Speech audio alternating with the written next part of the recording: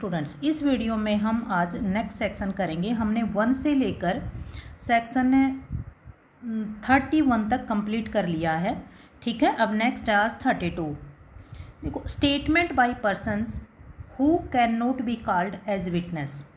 ठीक है, जो व्यक्ति विटनेस के रूप में नहीं बुला सकते हैं वो कहाँ पर दिया गया है। सबसे पहले तो ये जो स्टेटमेंट है इसके बारे में सेक्शन 32 और सेक्शन 33 में बताया गया है। ठीक है, अब सेक्शन 32 को जनरली हम जो याद करते हैं वो हम ये भी कहते हैं कि इसे हम डीडी कहते हैं, डाइंग डिक्लेरेशन। ठीक है, और जब पार्टिकुलर डाइंग डिक्लेरेशन की स्पेसिफिक बात आती है तो सेक्शन 32 के क्लोज 1 में है। ठीक है, अब ऐसी कौन सी सिचुएशंस हैं जब स्टेटमेंट को देने के लिए विटनेसेस को नहीं बुलाया जा सकता। ठीक है, यदि वो पर्सन डेड है, मर गया है, कैन नॉट बी फाउंड वो नहीं पा सकता है, has become incapable of giving evidence वो पागल हो गया है। ठीक है, ऐसी कोई सिचुएशन आ गई है।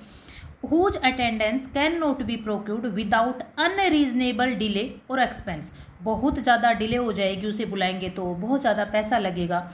यदि ये सिचुएशंस होती हैं, ठीक है, इन सिचुएशंस में है यदि कोई विटनेस तो वो नहीं बुलाया जा सकता है। ठीक है, तब जो उसकी स्टेटमेंट थी पहले की वो रेलिवेंट हो जाती है। अब ये हमारे पास सेक्शन जो 32 है ना, इसमें हमारे पास 8 क्लोज हैं। टोटल कितने 8 क्लोज हैं? 8 क्लोज हैं।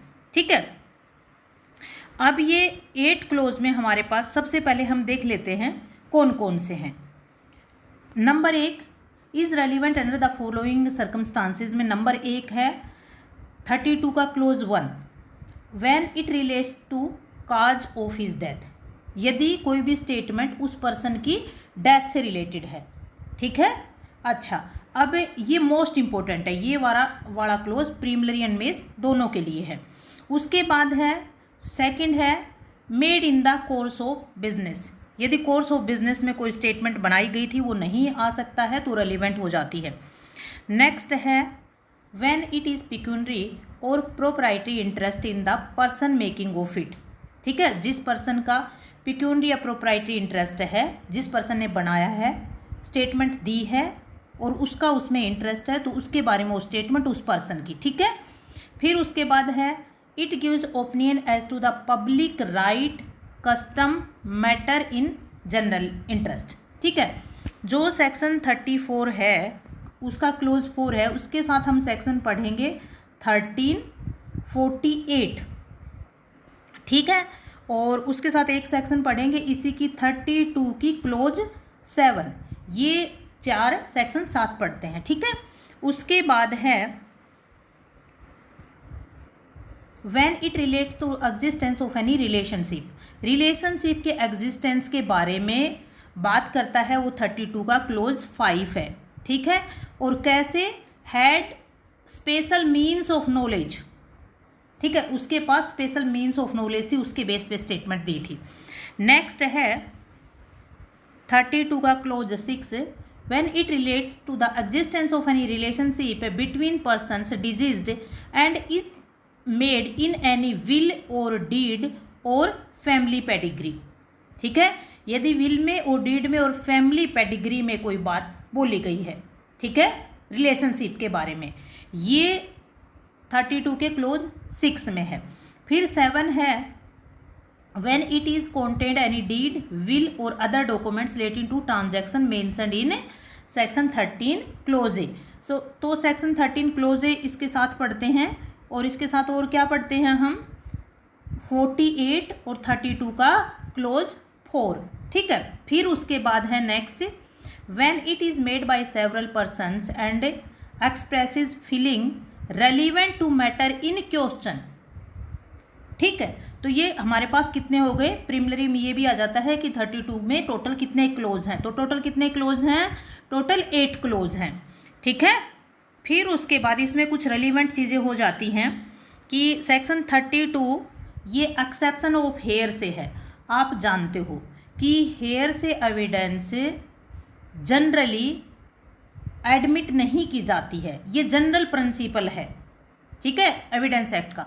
लेकिन सेक्शन 32 के सिचुएशन में आती है तो उस स्टेटमेंट को एडमिशेबल बनाया जाएगा। ठीक है, तो जो हेयर से एविडेंस को एक्सक्लूड किया है ना, उसका एक्सेप्शन हो गया है 32। उसके बाद है it is known rule of necessity और कन्वीनियंस।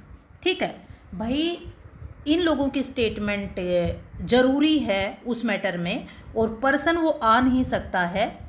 ठीक है, तो ये रूल ऑफ नेसेसिटी हो गया। ठीक है, ज़रूरत है इस रूल की।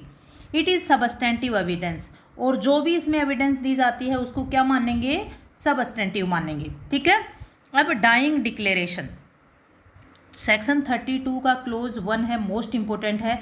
It means A statement of person who has died by way of homicide और सुसाइड एक्सप्लेनिंग द काज और सर्कमस्टांसेस ऑफ हिज डेथ। यानी कोई भी स्टेटमेंट है जो पर्सन मर गया है उसकी स्टेटमेंट है। ठीक है, किसके बारे में है, या तो होमोसाइड के बारे में है या फिर अपने सुसाइड के बारे में है, और उसके बारे में, वो डेथ के बारे में एक्सप्लेन है उस स्टेटमेंट में, या फिर कोई सर्कमस्टांसेस ऐसी बताई गई हैं जिनके कारण उनकी डेथ हुई है। फिर there are 3 mains ground when dying declaration are admitted. ठीक है, अच्छा, तो ये कौन से 3 ग्राउंड हैं, तो ये 3 ग्राउंड है द डेथ ऑफ डिक्लेरेंट, भाई जिस आदमी ने बोला है उसकी डेथ हो चुकी है तब एज ए डीडी यूज होगा। फिर उसके बाद नेसेसिटी, भाई ज़रूरत है उसकी, अगर उसे नहीं लाया गया तो वो जो जस्टिस है वो डिफीट हो जाएगा। फिर उसके बाद ये एक इसमें नेमो मोरिटोरस परज्यूमिटर मेंट्री, no one when about to die is presume to lie. ठीक है, कि truth sits upon the lips of dying man. भाई जब भी कोई पर्सन मरता है ना, वो मरते हुए झूठ नहीं बोलता है। ठीक है, मरते हुए पर्सन के होठों पे सच्चाई होती है, क्योंकि भगवान से उसे मिलना होता है, और भगवान से मिलेंगे, ईश्वर से मिलेंगे तो पहले वो झूठ नहीं बोलेंगे, ये जनरली परजम्पशन है। ठीक है, अब एक यहाँ से मेंस और प्री दोनों में आता है कि difference between English and Indian law. तो इंग्लिश लॉ में क्रिमिनल केसेस में केवल रेलिवेंट होता है, लेकिन इंडियन लॉ में ये सिविल एंड क्रिमिनल दोनों में रेलिवेंट होती है डीडी। ठीक है, फिर उसके बाद सेकंड है इसमें English law, the DD is admissible only in the single instance of homicide, that is murder और manslaughter. In case of the suicide also covered. जो डीडी है ना, जो इंग्लिश लॉ है उसमें मर्डर में या किसी इंसान को मारा है उसके लिए, लेकिन जो इंडियन लॉ है ना उसमें सुसाइड और होमोसाइड दोनों इंक्लूड है। ठीक है, फिर नेक्स्ट है कि जो इंग्लिश लॉ में है उसमें एक्सपेक्टेशन ऑफ डेथ होनी चाहिए, लेकिन इंडियन लॉ में ज़रूरी नहीं है। फिर उसके बाद फोर्थ है कि disease should be completed his statement before time. English law में कंप्लीट स्टेटमेंट होनी चाहिए, लेकिन इंडियन लॉ में भाई अगर उसको देख के लगाया जा सकता है अंदाज कि हाँ इसी ने मारा होगा, उसकी कितनी स्टेटमेंट दी है उस स्टेटमेंट से, तो वो रेलिवेंट हो जाती है। ठीक है, नेक्स्ट है condition of admissibility of DD और रिक्वायरमेंट ऑफ डीडी। ठीक है, तो कुछ चीज़ें हैं जो प्रूव करना जरूरी है। The statement of DD could be made to any person, किसी भी पर्सन को बनाई जा सकती है। प्रीलिमिनरी में क्वेश्चन आता है कि किसको बनाना जरूरी है, पुलिस वाले को हो सकती है, मजिस्ट्रेट को हो सकती है, किसी भी पर्सन को हो सकती है। No particular forum of recording of statement prescribed, इसका कोई पार्टिकुलर फोरम नहीं होता है। ठीक है, ये रिटन में हो सकती है, ओरल में हो सकती है, कोई फॉर्मेट की ज़रूरत नहीं है, क्वेश्चन आंसर में हो सकती है, उसने जो बोला सेम लिखा हो सकता है। ये इट है, it could be oral, written, verbal or by gesture or sign, और बाई जेस्टर और साइन में भी हो सकती है। ये क्वीन इम्परस वर्सेस अब्दुल्ला के केस में कहा गया है। ठीक है, फिर नेक्स्ट है the person making statement must have died, जिस पर्सन की स्टेटमेंट है उसकी काज ऑफ डेथ के बारे में उसकी डेथ होनी जरूरी है, तभी यहाँ रेलिवेंट होगी। Statement must relate to the cause of death और circumstances the transaction which resulted in his death. ये बात किस में कही गई थी? ठीक है, circumstances of the transaction was explained Pakala Narayana Swami के, ये मोस्ट इंपॉर्टेंट केस है पाकला नारायण का। ठीक है, cause of death must be in question, declarant must be relate to cause of his death, ठीक है। नेक्स्ट है statement must relate to complete, complete और कंसिस्टेंस होनी चाहिए। Must competent witness, as a competent witness होना चाहिए, यानी कि उसका स्टेट ऑफ माइंड ठीक हो, क्वेश्चन आंसर जो किए गए हों उनको समझता हो, ठीक है। और अदर पॉइंट कुछ हैं जो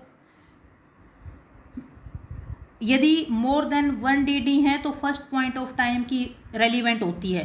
बाकी तो सारी जितनी भी होती हैं उनको देखा जाता है, कंसीडर किया जाता है कि किस पर विश्वास किया जाना चाहिए, लेकिन प्रीलिमिनरी में आ जाता है तो हमें इसका निशान लगाना है, ठीक है। और एज ए FIR यदि है और बाद में वो मर जाता है, उसके बारे में एक्सप्लेन है, तो वो रेलिवेंट हो जाती है, ठीक है। एविडेंसरी वैल्यू क्या है कि सोल बेसिस ऑफ DD पर किसी भी व्यक्ति को कन्विक्ट किया जाता है, लेकिन प्रिकॉशन लेना चाहिए कोर्ट को, ठीक है। फिर इसमें क्या सोल बेसिस पे कन्विक्शन हो सकता है? सबसे पहले कुशाल राव के केस में कहा गया था, सबसे पहले कहा गया था, ठीक है। तो आज हमने सेक्शन 32 कर लिया है। बाय, जय हिंद, जय भारत।